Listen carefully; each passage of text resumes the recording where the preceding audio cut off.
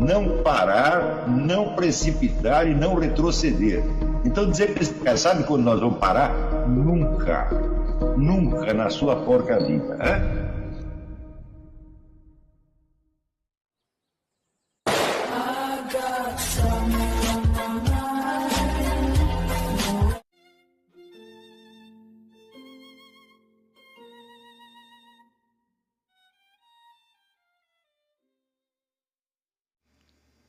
E aí pessoal, tranquilo?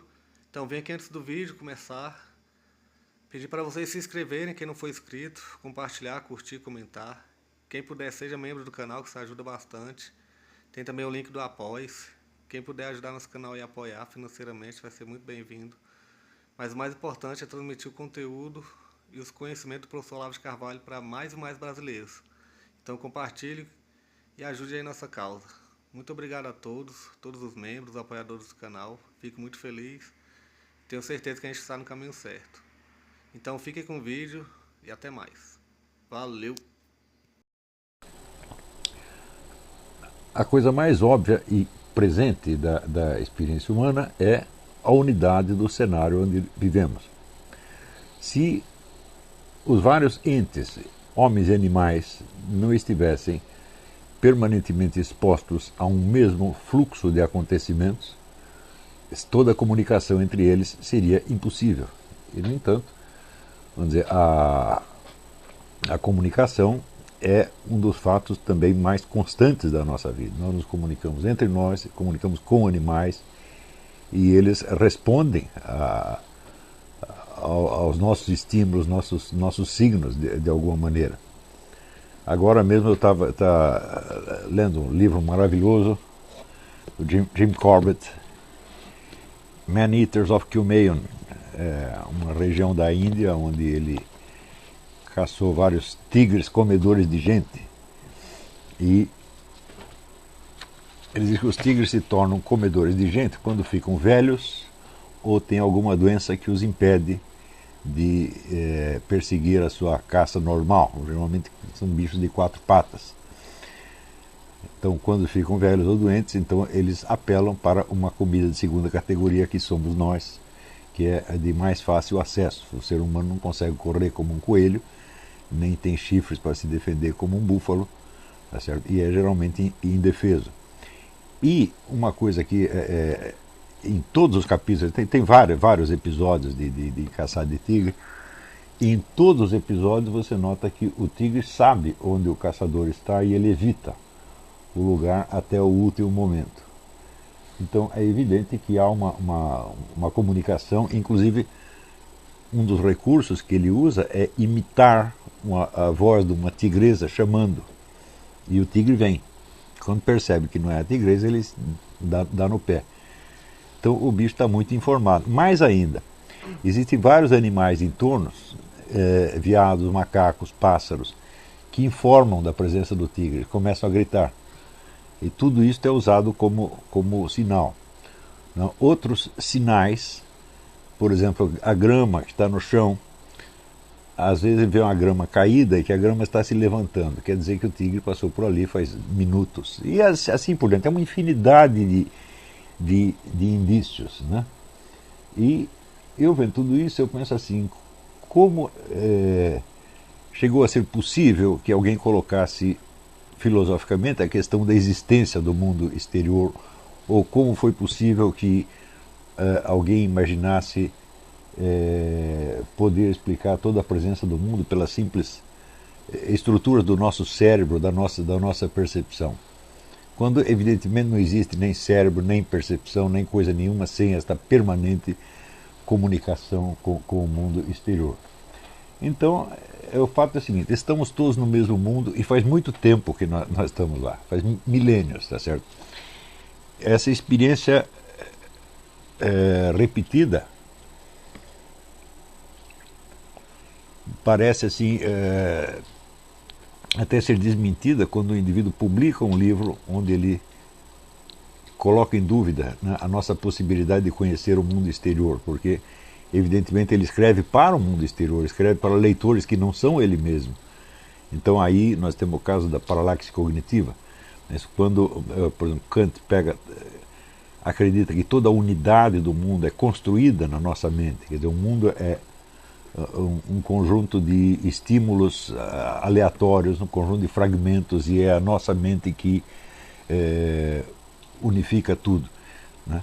Isso é evidentemente incompatível com a perspectiva de você publicar um livro, né, que vai ser lido por uma outra criatura cuja unidade também foi estabelecida apenas, cuja existência unitária seja estabelecida, criada, não instituída apenas pela própria unidade da mente do escritor. Isso realmente não faz sentido.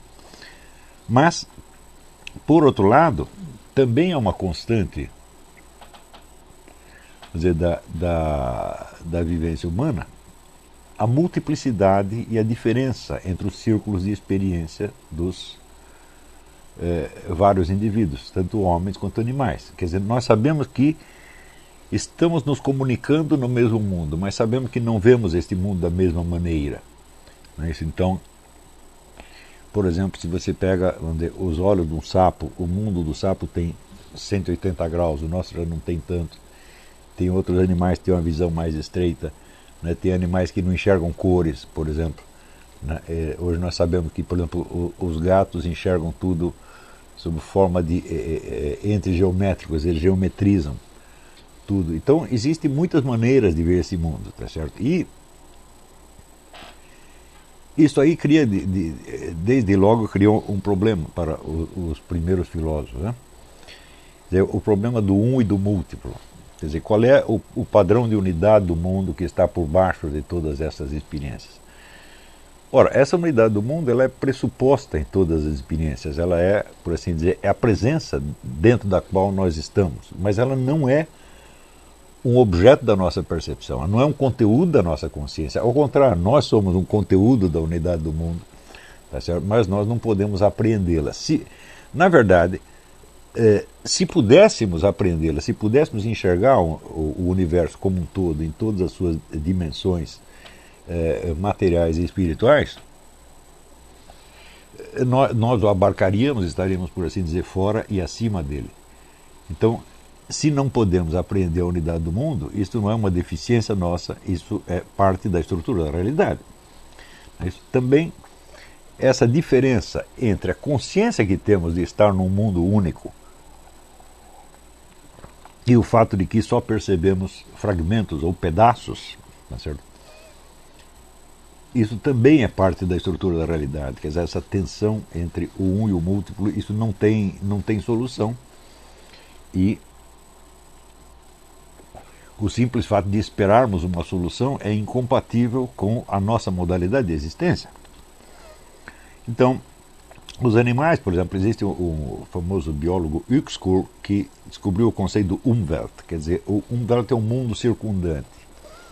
Quer dizer, cada espécie animal, ela só percebe certos fragmentos, certas partes do mundo, e este mundo de cada espécie ou de cada animal é descritível até certo ponto. E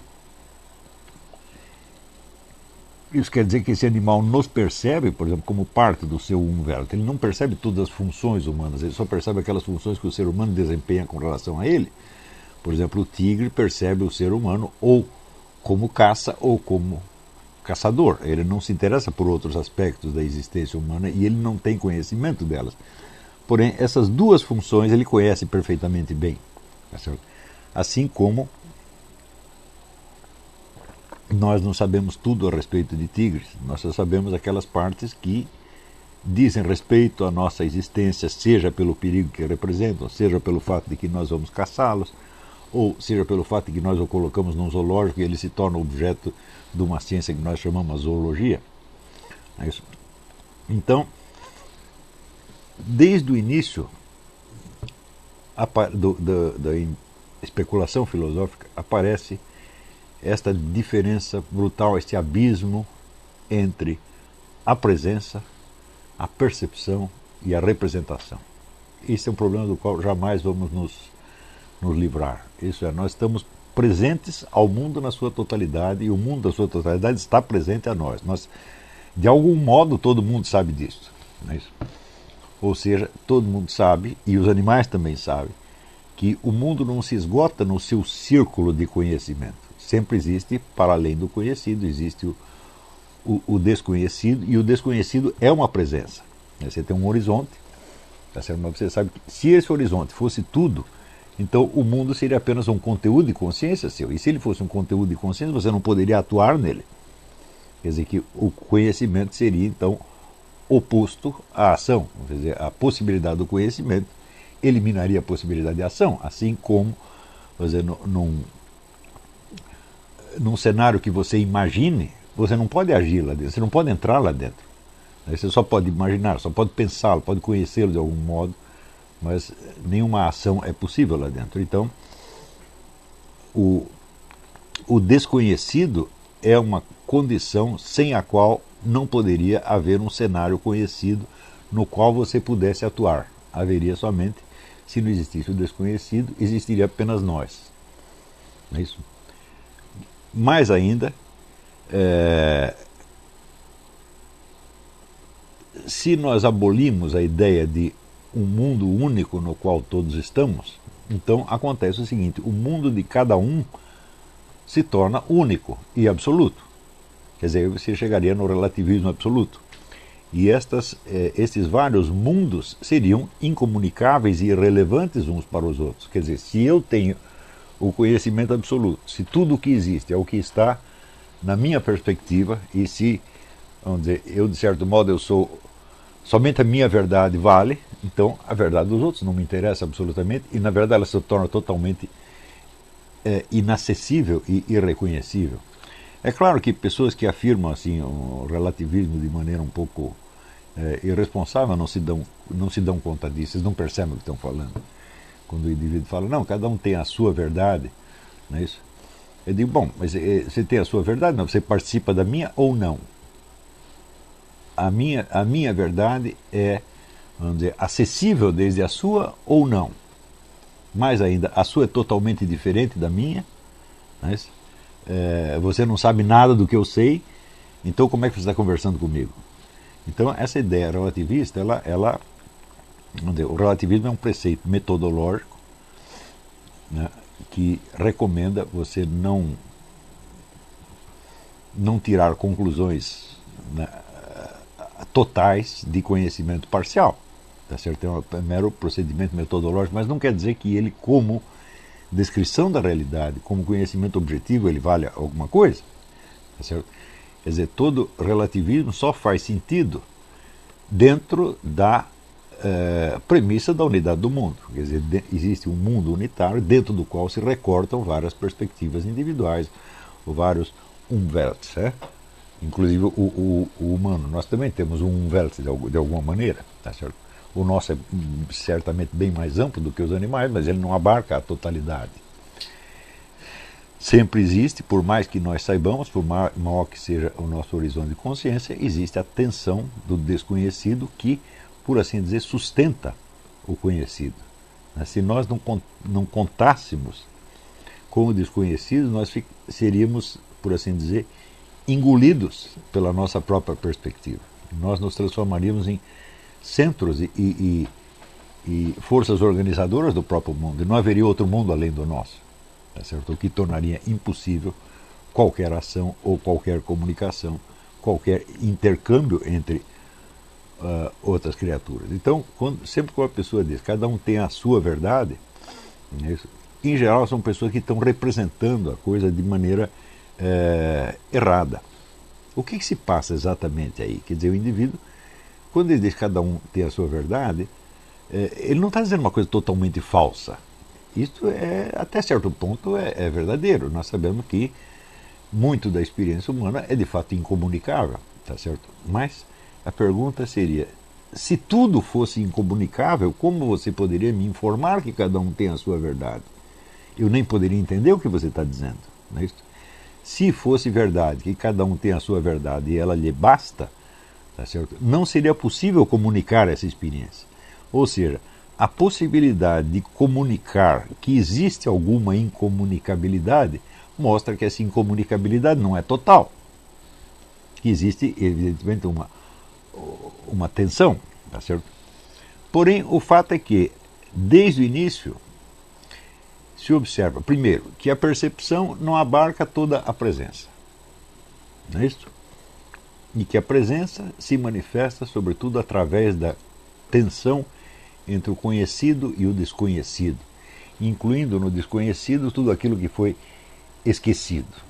Não é isso? Quer dizer, que eu sabia ontem e hoje já não sei.